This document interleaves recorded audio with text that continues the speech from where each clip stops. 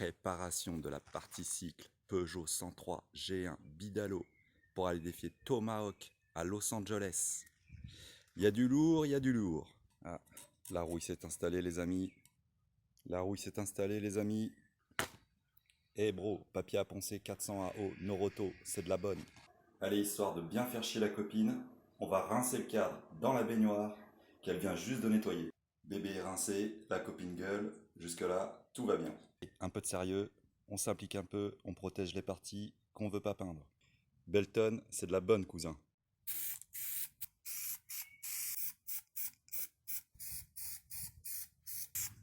Peinture bio les amis, c'est de la bonne. Mate un peu le travail d'artiste. Yo les mobbers, nouvelle vidéo en cette semaine du 8 mai. Donc avec tous ces ponts, quelle magnifique occasion en fait pour s'attaquer à mon nouveau cadre 103 RCX pour le défi que j'ai à relever à Los Angeles avec Tomahawk.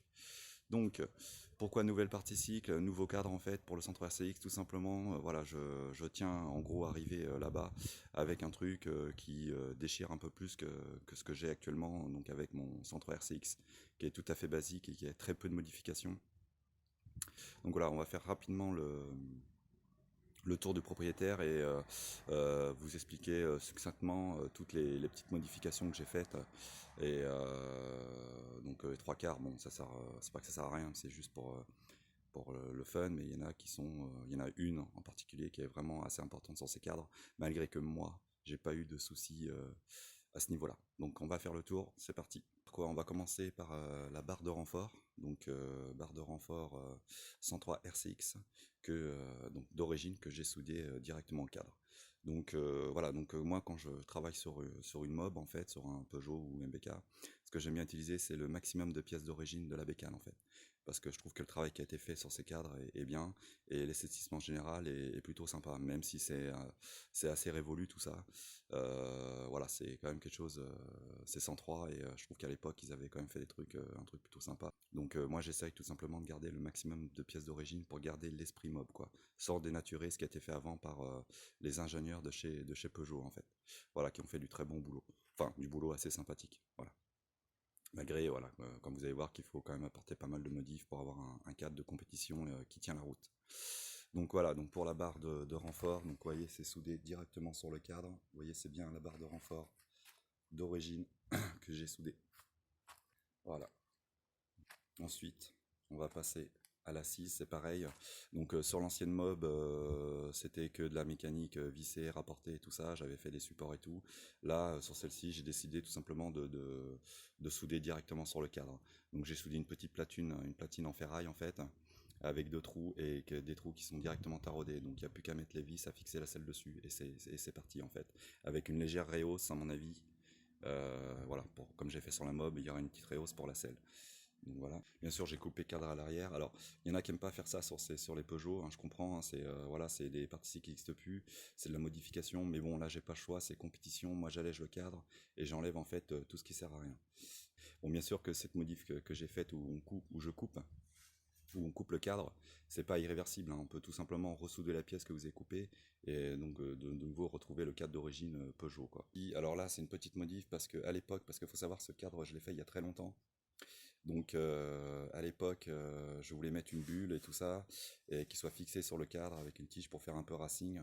En gros, c'est que moi ce que j'aime bien sur les motos de course et tout ça, ou même sur les mobs, c'est que la bulle reste fixe au cadre quand vous tournez le guidon. Et ça fait vraiment un esprit racing quand vous êtes au pilotage de la machine, avec la bulle qui est fixe, et puis voilà le guidon qui tourne lui par rapport à tout le reste du cadre, hein, enfin par rapport à la fourche et tout ça.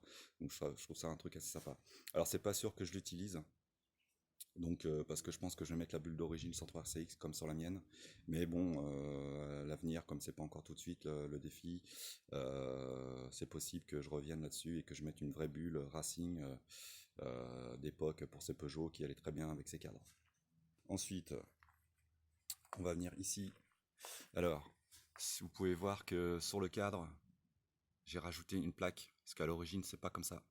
Alors pourquoi j'ai fait cet esthétisme en fait sur ce cadre, cette plaque, pourquoi j'ai rajouté cette plaque, donc plaque découpe laser, c'est pour rappeler tout simplement le cadre XG2, donc Peugeot 103 XG2, si vous regardez bien à ce niveau là sur le cadre Peugeot 103 XG2, ça fait genre forme comme ça quoi.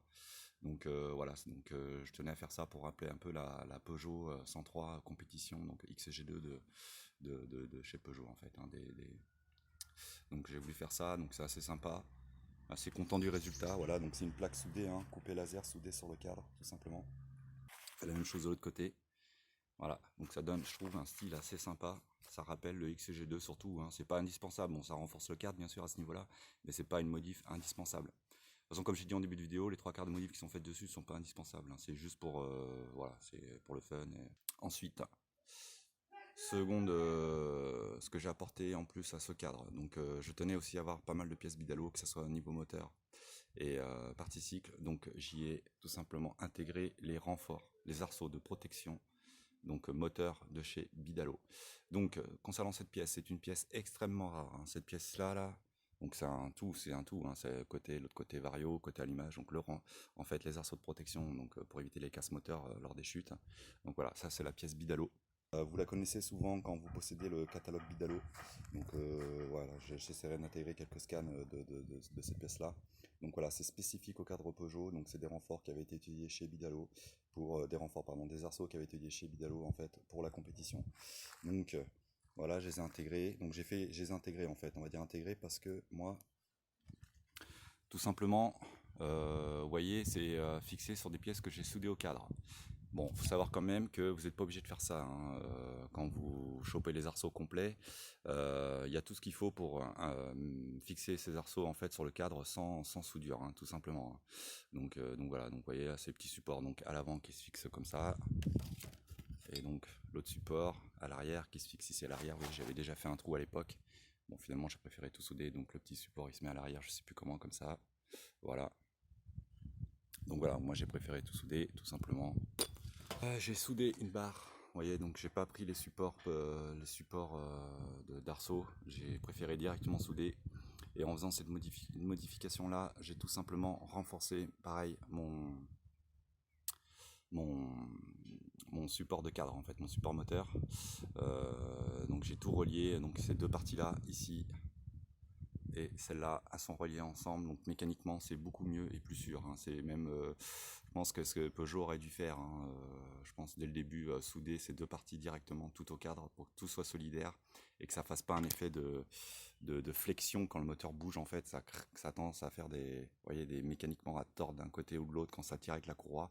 Donc là, le problème est en partie complètement résolu, hein. Il n'est pas possible qu'il y ait de torsion, hein, à moins d'avoir un moteur ultra puissant qui tire fort. Bon, ils sont pas très beaux, hein, au niveau esthétisme, c'est pas la classe non plus, hein. Je préfère ceux qui avaient été faits pour MBK. Bah, pour Peugeot, ils sont partis comme ça, donc chez Bidalo, donc voilà. Voilà. Ensuite, avant de venir vraiment à la dernière modif indispensable, on va venir à une autre modif. Ce que j'avais pensé aussi à l'époque, alors je sais pas si on va bien voir. Voilà, donc j'en ai profité, c'est un peu flou, désolé. J'en ai profité en fait pour fixer un support de radiateur, parce qu'il faut savoir que cette mob, voilà, donc elle pourrait être utilisée aussi avec des moteurs liquides. Donc là, voilà le support de radiateur. Voilà, donc soudé au cadre, hein, voilà, donc c'est beau, on voit pas trop les soudures, puisqu'après derrière moi j'ai meulé et mastiqué, donc là c'est tout soudé au cadre et ça me permet de mettre n'importe quel radiateur qui passe dans ce cadre. Cool. Et ensuite on va passer donc à la dernière modification, donc la plus importante sur ces cadres, malgré que moi j'ai pas eu de soucis. Donc c'est les fameux cylinder blocs MBK soudés sur le support moteur du cadre Peugeot. Donc modif, bah, je l'ai essayé cette modif quand même sur les cadres de copains sur lequel je travaille sur un autre Peugeot 103 compétition, donc voilà, qui est très abouti comme celui-ci. Et voilà, lui il avait fait souder ça et effectivement j'ai essayé, c'est quand même assez sympa quoi. Donc malgré que moi j'ai pas énormément de vibrations sur mon cadre, donc voilà la modif, les cylindres blocs, donc MBK soudé sur le cadre. Donc c'est sympa, ça limite les vibrations, ça limite les casses. Surtout, enfin moi le problème c'est qu'avec le support moteur 103 RCX que j'utilise, puisque il y a déjà en fait un anti-vibration dessus. Donc pour ça j'ai pas de souci de casse cadre en fait. Donc voilà, donc j'ai soudé ça là-dessus. Et en plus, moi j'ai soudé, donc derrière je retournerai pas le cadre hein, pour la vidéo, mais derrière les supports il y a une soudure supplémentaire qui renforce encore le support moteur. Alors ceux qui sont sur cette vidéo, alors je veux pas surtout vous alarmer comme quoi ça risque de péter machin avec vos 103, mais donc sachez que si vous faites pas ces modifs, il y a une chance mais très peu que vous ayez des casses à ce niveau-là quoi. Enfin du moins sur ce cadre-là, sur cette génération de 4203. C'est relativement costaud et on n'est pas obligé d'arriver à toutes ces modifs. Voilà. Voilà, donc on a fait le tour vite fait. Je vous parle rapidement de la peinture. Donc là, il faut savoir le cadre, en fait, il a été sablé entièrement. Pourquoi je l'ai sablé? Parce que j'ai eu l'occasion qui se présentait. Donc je connais pas mal de professionnels de par mon boulot et donc j'aurais amené le cadre. J'ai fait un sablage tout simplement.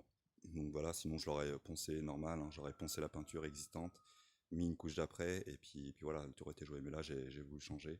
Donc en fait, ponçage du cadre, non, pardon, sablage du cadre, ponçage pour enlever la rouille comme vous avez vu au début de la vidéo, parce que j'ai trop attendu en fait. Parce que ce cadre, ça fait presque un an que je l'avais sablé, donc la rouille s'est réinstallée légèrement, mais bon, voilà, j'aurais dû m'y mettre beaucoup plus tôt. Donc là maintenant c'est fait, donc apprêtage pour le moment, et ensuite je passerai à la peinture, hein, tout simplement, donc dans les jours qui vont suivre. Donc reponçage éliminer les derniers défauts, reponçage de l'après et mise en peinture ensuite finale, hein, la dernière couche. Donc je pense rester sur le rouge, mais on verra. Donc voilà, je vais vous donner vite fait, je vais vous dire ce que j'ai utilisé. Donc pour la peinture, j'ai utilisé de l'après Belton trouvable chez Leclerc tout simplement. Donc à savoir, il faut une bombe, hein, en insistant une bombe pour le cadre. Voilà, sinon voilà, une bombe suffit pour le cadre. Donc Belton, 400 ml, c'est de l'après universel, ça va sur tout. Plastique, tout ce que vous voulez, ferraille et tout, ça marche très bien. C'est ce que j'utilisais en fait euh, sur le cadre de mon ancien cadre de 103 RCX. Donc pour tout ce qu'il y a à cacher aussi. Donc voilà, hein, du cache machin là pour les quand vous faites du bâtiment ou j'en sais rien, enfin auto et tout, hein, du papier à cacher hein, voilà, enfin vous connaissez, je sais pas comment ça s'appelle, mais bon c'est pour cacher ce que vous voulez pas peindre. Voilà, notamment donc les machins là, les sillons de bloc MBK.